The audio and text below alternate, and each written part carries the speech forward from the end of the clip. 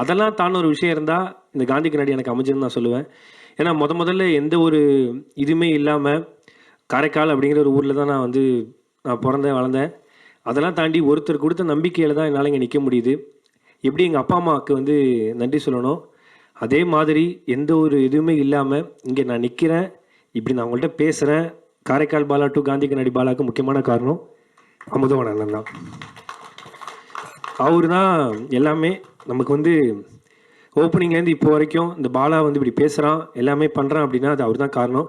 யார் என்னன்னு தெரியாத ஒரு பையனை இப்போ நிறையா சொல்கிறாங்க, இந்த மனித மதம் பற்றிலாம் பேசும்போது யார் என்னன்னு தெரியாத பையனை இந்த அன்பை மட்டும் வச்சு ஒருத்தனை நம்ம பார்த்துக்கணும், அவன் நல்லா வரணும்னு நினைக்கிறதுல அவர் தான் எனக்கு ஃபஸ்ட்டு. ஸோ அவர் தான் எந்த எதிர்பார்ப்பும் இல்லாமல் என்னை எடுத்து கிட்டத்தட்ட ஒரு 11-12 வருஷமாக நான் அண்ணன் கூட தான் இருக்கிறேன். ஸோ அவர் இல்லைன்னா நான் இல்லைங்க. ஸோ அவருக்கு ஃபர்ஸ்ட் ஆஃப் ஆல் நன்றிங்க, ரொம்ப நன்றி.